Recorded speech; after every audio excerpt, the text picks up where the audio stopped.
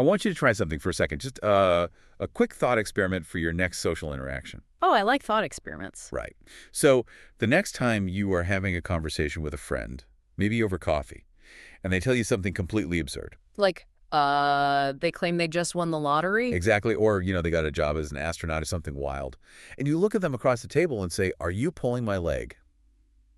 It's such a common phrase. It really is. But I want you to stop and actually visualize the words coming out of your mouth. Picture the literal image you were invoking right there. Oh, wow. Yeah, that's a strange image. Right. You were standing there having a totally normal chat, and someone has physically dropped to the floor, reached down, grabbed your ankle, and is forcefully yanking your limb. It's a completely bizarre, surreal, almost aggressive physical image. Yes.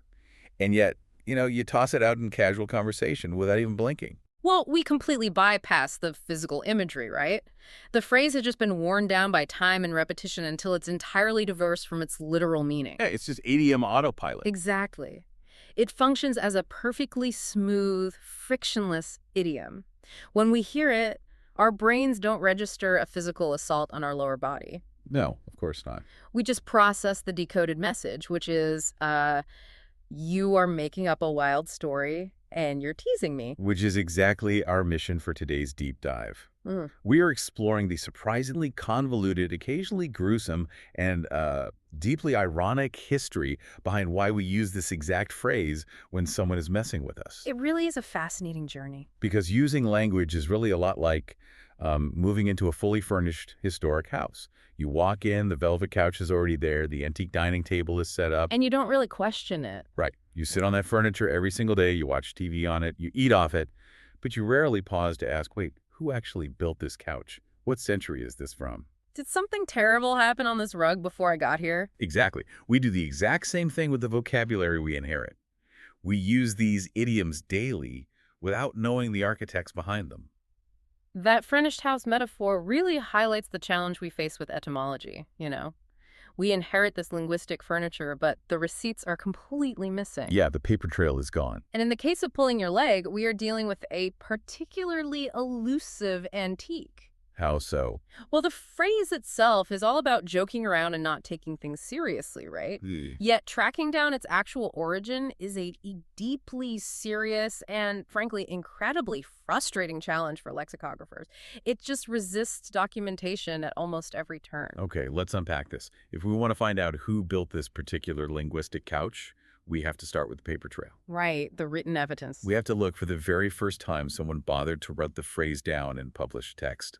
But before we get into the wild urban legends or the dark London myths, we have to examine the official written record. The stuff that was in the history books? Exactly. The documentation that sat in history books for decades. Because that official record turns out to be an incredible, massive prank all on its own. Oh, it's wild. It's a layer of deception baked right into the foundation of the timeline. So what was this original source? So for a very long time, the earliest recorded use of pulling your leg in print supposedly dated back to the year 1821. Okay, early 19th century. Yeah, and it was found in a primary source document, specifically the diary of a man named James Gallatine. And who was he? James was the secretary to Альберта Галлатина, who was a highly prominent American politician. We're talking about a man who was a senator for Pennsylvania and served as the secretary of the Treasury under Presidents Thomas Jefferson and James Madison. Oh, wow. So from 1801 all the way to 1814. Exactly. So we aren't talking about a casual journal scribbled by a random person. This is a politically adjacent, historically significant document. Very significant. The kind of diary historians use to reconstruct the daily lives, the political maneuverings, and, the vocabulary of early 19th century America. It is precisely the kind of source material that dictionary editors treat as absolute gospel. Right. They wouldn't even question it. No, they didn't. This diary sat unpublished for decades until it was finally released in 1914 under this incredibly grand authoritative title. Let me guess, it was super long. Oh, yeah. The Diary of James Gallatine, secretary to Альберта Галлатина, a great peacemaker, 1813 to 1827. That is quite the mouthful. It really had the absolute veneer of academic authority. And there it was, ostensibly written in 1821, the phrase, pulling your legs, sitting right on the page. So for a long time, linguists just considered it case closed. Totally case closed. But the historical record completely shatters here. That diary, the one published in 1914 with all that pomp and circumstance, containing an entry supposedly from 1821, is now widely viewed by experts as a complete fake. A total forgery. So who faked it? Well, the current historical consensus points the finger at Альберта Галлатин's grandson. The grandson. Yeah, the grandson seemingly didn't just tweak a few dates or edit for clarity. He is thought to have simply invented a whole host of facts and conversations completely out of thin air. But why? Just to sell books? Most likely, yeah. The motivation was probably to make the diary more saleable, to punch up the narrative, or, perhaps to artificially elevate his family's legacy by surrounding his grandfather with wittier, more colorful historical anecdotes. So he simply fabricated the entry. He just made it up. The meta-irony of this is just staggering to me. The grandson is operating exactly like an early 20th century internet troll decades before the internet existed. Oh, he absolutely is. Think about the layers here. We are actively searching for the origin of an idiom that literally means making up a wild story to trick someone. Right. And the earliest official documented record we have of this phrase is located physically inside a made-up wild story meant to trick people. It's amazing. It's a prank hiding inside a prank. It's like linguistic inception. What's fascinating here is how effectively a single act of creative writing by a descendant can corrupt the historical waters of the English language. It really polluted the data. It did. When a forged document bypasses academic scrutiny and gets accepted into the official record, it creates a massive ripple effect. Major dictionaries cite it as the first known use. And then subsequent historians reference those dictionaries. Exactly. Within a few years, a completely false timeline calcifies into accepted truth. For decades, we operated under the assumption that politicians in the 1820s were casually walking around saying, pulling your leg. All because a grandson wanted to sell a punchier book in 1914. Pretty much. But the moment you rip that fake 1821 diary out of the history books, the entire timeline collapses. You pull that anchor up, and suddenly you're left staring at a massive void. You really are.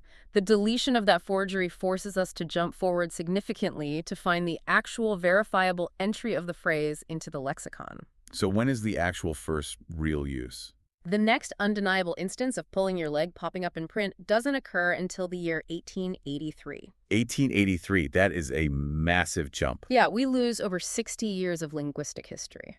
And I'm guessing it doesn't show up in a fancy political memoir this time, does it? No, definitely not. It shows up in an Ohio newspaper called the Newark Daily Advocate. Just a regular daily publication catering to the local populace in the 1880s. Exactly. And this specific data point forces us to recalibrate our entire understanding of the phrase. How so?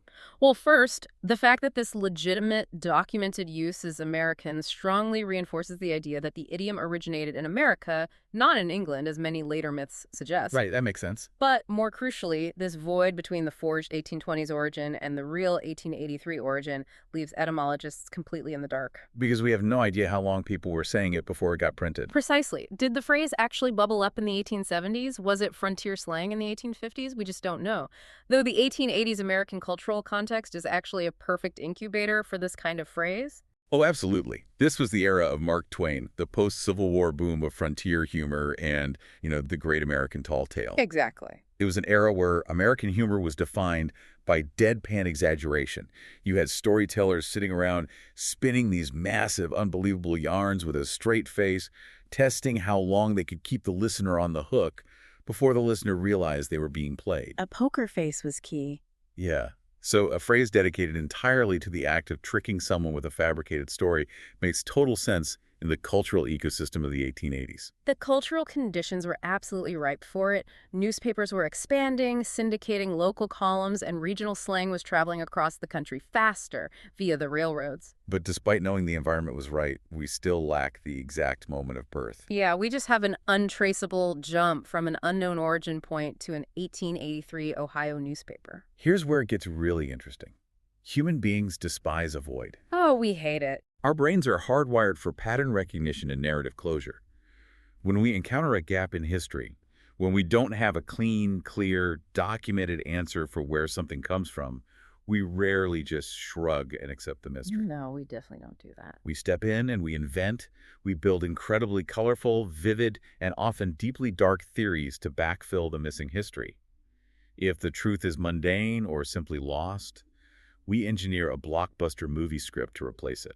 In the absence of evidence, imagination completely takes over. And that phenomenon perfectly explains the popular theories that have sprung up to explain pulling your leg. Because no one wants it to just be an Ohio newspaper. Right. Because despite the hard evidence pointing toward a 19th century American origin, the most famous and widely repeated theories completely ignore the Ohio newspaper and immediately transport us across the Atlantic. Because of course they do.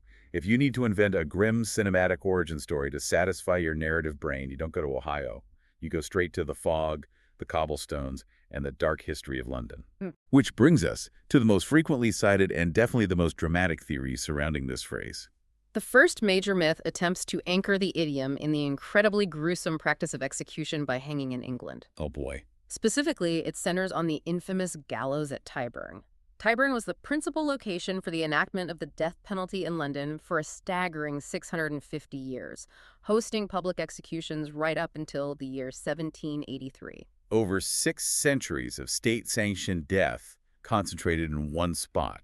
It wasn't just a place of punishment, though, right? It was public theater. Oh, massive public spectacles. The Tyburn tree was deeply ingrained in the cultural consciousness of London. So how does pulling a leg factor into an execution? Well, the mechanics of this particular theory rely on understanding the physical realities of those executions. The gallows at Tyburn did not utilize a long drop. A long drop being where they fall through a trap door. Exactly. When an execution features a long drop, the trapdoor opens and the condemned falls a calculated distance. The sheer kinetic force of the sudden stop at the end of the rope instantly breaks the cervical vertebrae. Right, causing immediate unconsciousness and a rapid death. Yes. It was an engineering adjustment designed to make executions somewhat more humane. Tyburn, however, operated on a short drop. Okay, so if there's no long drop to snap the neck, the cart simply pulls away and the person is left suspended. Right. They don't die instantly. That's horrifying. They slowly, agonizingly suffocate at the end of the rope. It's a prolonged, horrific process playing out in front of a massive crowd. And that slow strangulation is the crux of the theory. The myth suggests that to spare the condemned from 20 or 30 minutes of sheer agony, friends, family members, or even hired individuals would intervene. By doing what? They would emerge from the crowd, walk up to the swinging body, and grab hold of the unfortunate criminal's legs. They would literally pull the legs downward, using their own body weight to force the neck to snap or to rapidly hasten the suffocation. Basically putting the person out of their misery. Exactly. Okay, I mean, I fully understand why this theory goes viral. It has that macabre, historical, true crime aesthetic that people absolutely devour on the internet. Oh, it paints a vivid, terrifying picture. But we have to push back on this purely from a psychological standpoint. The emotional leap required here is fundamentally broken. It's a massive leap. Think about the trauma of what you just described. You are watching a family member slowly suffocate to death, and you have to physically hang from their legs to perform a grim, public mercy killing. Yeah, it's unbelievably grim. How does an act that traumatic eventually evolve into a phrase used to denote lighthearted teasing at a pub? The cognitive dissonance is incredibly loud. You are pointing out that trauma does not easily transition into casual banter. Right. You don't use the horrors of a medieval execution for a lighthearted pun about a knock-knock joke. If your friend tells you a fib about winning a contest, you say, "Are you pulling my leg?" You aren't invoking the memory of a hanging. No, you definitely aren't. The emotional resonance of the phrase today is completely incompatible with the horror of that origin story. Linguists and etymologists largely side with your skepticism here. It is a theory that survives solely because it is shocking and visually arresting, not because it makes any chronological or linguistic sense. It makes sense why experts dismiss it. Which is exactly why a second London-based theory emerged. If the Tyburn hanging theory is too emotionally gruesome to be believable, the alternative theory attempts to swap sheer horror for cold, tactical logic. So moving away from the gallows, we head into the dark alleyways of Victorian London. We move from executioners to street thieves. Yes. This theory posits that the phrase originated with the specific tactics of Victorian muggers. Okay, I'm listening. The idea is that these thieves utilized a highly effective method for ambushing pedestrians. They would use a wire, a cane, or simply their hands to physically catch and pull at a person's leg, abruptly tripping them over on the cobblestones. They're essentially sweeping the leg. They're taking you to the ground before you even know you're being robbed. And the tactical advantage of this maneuver is profound. A pedestrian suddenly thrown to the floor is disoriented, potentially injured, and at a massive physical disadvantage. The thief, or a gang of thieves, now has total control of the situation. Exactly. They can easily strip the victim of their pocket watch, their wallet, and their valuables. By the time the victim figures out which way is up and recovers their bearings, the thieves have already vanished down a side street at a rapid pace. Okay, I have to admit, the metaphorical translation here is incredibly clean. It really is. If we map the physical act of being tripped by a thief onto the mental act of being tricked by a friend, it aligns perfectly. When someone pulls your leg with a fabricated story, they tell you something totally believable. For a split second, you buy into it. They catch you completely off guard. Exactly. They're literally tripping up your sense of reality. You're walking along, thinking the conversation is normal, and suddenly, metaphorically speaking, you are flat on your back, completely disoriented, while they laugh at your gullibility. Unbalancing someone physically translates beautifully to unbalancing their perception of the truth. It's a great metaphor. It is an elegant metaphor. The logic feels deeply satisfying to our modern sensibilities. But as historians, we have to look past the elegance of a metaphor and search for the documentary evidence. And let me guess, the evidence isn't there. When we search the archives for Victorian thieves calling this tactic pulling a leg, we hit a brick wall. There is absolutely zero hard evidence connecting this phrase to London's criminal underworld. Wait, you mean out of all the extensive documentation of Victorian crime, there isn't a single mention? Not one. And we have vast resources detailing the era. We have exhaustive police blotters from Scotland Yard. We have dense, detailed Victorian court transcripts from the Old Bailey. And what about slang dictionaries? Did they record criminal slang back then? They did. We even have comprehensive slang dictionaries compiled by observers of the era, detailing the highly specific vernacular of thieves and pickpockets. But nothing about pulling legs. None of them record criminals using pulling a leg to describe a tripping tactic. Nor do they document the phrase evolving from street violence into a joke. The entire theory is entirely speculative. That's incredible. It fits the shape of the puzzle perfectly, but it is made of completely fabricated material. It's the linguistic equivalent of apophenia. Remind me what that is. It's our brain's overwhelming desire to perceive meaningful connections between completely unrelated things. It reminds me so much of modern backronyms and urban legends. Oh, like the ones that circulate on social media. Constantly. You see these stories floating around the internet where someone will confidently share a post claiming that the word golf actually stands for gentlemen only, ladies forbidden. Or that posh stands for port out, starboard home. Yes, those are classic examples. They're classic examples of reverse-engineered folklore. Exactly. People share them millions of times because they sound clever, the acronym fits the letters perfectly, and it provides a neat, satisfying explanation. But they are entirely fabricated. We build these stories backward to fit the shape of the mystery. Right. The reality that golf likely comes from a medieval Dutch word for club, or that pulling your leg is just an untraceable jump from an unknown American origin to an 1883 Ohio newspaper, is deeply unsatisfying to our narrative brains. We would much rather believe in Victorian street thieves wielding tripwires than admit we simply don't know. We constantly favor a neat, satisfying fiction over a messy, incomplete reality. The human brain is a storytelling machine, and when history refuses to provide the first chapter of a story, we simply write it ourselves. So what does this all mean? Let's take a step back and look at the entire landscape we've navigated today. It's been quite the ride. It really has. We started with the grand official 1821 diary, and we had to throw it out because it was a total forgery concocted by a grandson wanting to spice up his family history. Right. Then we examined the terrifying Tyburn hangings, and we discounted them because the emotional leap from a traumatic short-drop execution to a lighthearted pub joke is too jarring to accept. This doesn't make sense emotionally. And finally, we explored the Victorian street thieves, and while the physical-to-mental metaphor works beautifully, we had to reject it because there is literally zero historical evidence to support it. All of which brings us right back to the stark, slightly mundane reality of the evidence we actually possess. The Ohio newspaper. Yes. Based on the hard documentation of the Newark Daily Advocate, Pulling your leg is almost certainly a homegrown American idiom that bubbled up into common usage during the cultural boom of the 1880s. But the absolute true origins. Who the very first person was to say it, in what specific context they used it, and why their brain chose that specific surreal physical imagery of yanking a limb, those details are simply lost to the void. They slipped through the cracks of history and disappeared entirely. It did. There is something a little melancholic about that, isn't there? We possess this brilliant, evocative, universally understood phrase, yet the original author gets absolutely no credit. They are an anonymous ghost in the American lexicon. It is melancholic, but it also perfectly encapsulates the ultimate beautiful irony of this entire deep dive. How so? Think about the layers of deception we've uncovered. We set out today to find the absolute truth behind a phrase that literally means to trick someone with a fabricated story. Right. That was the whole mission. And what did our search yield?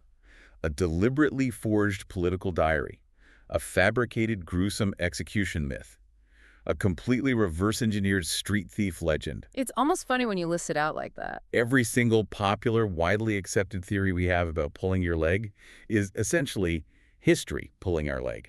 The historical record itself is playing an elaborate practical joke on anyone who tries to study it. History is literally pulling our leg about the phrase pulling your leg. That is the perfect distillation of the journey. And it leaves me with a final lingering thought for you to mull over as you go about your day. Oh, let's hear it. Think about the everyday language you use. Think about the idioms you casually toss out in a meeting, at the grocery store, or over coffee with a friend.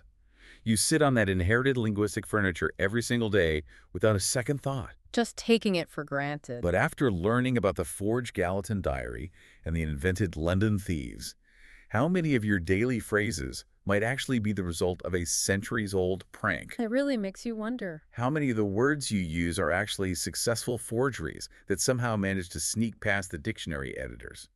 Or dark apocryphal myths that accidentally caught on and became standard English?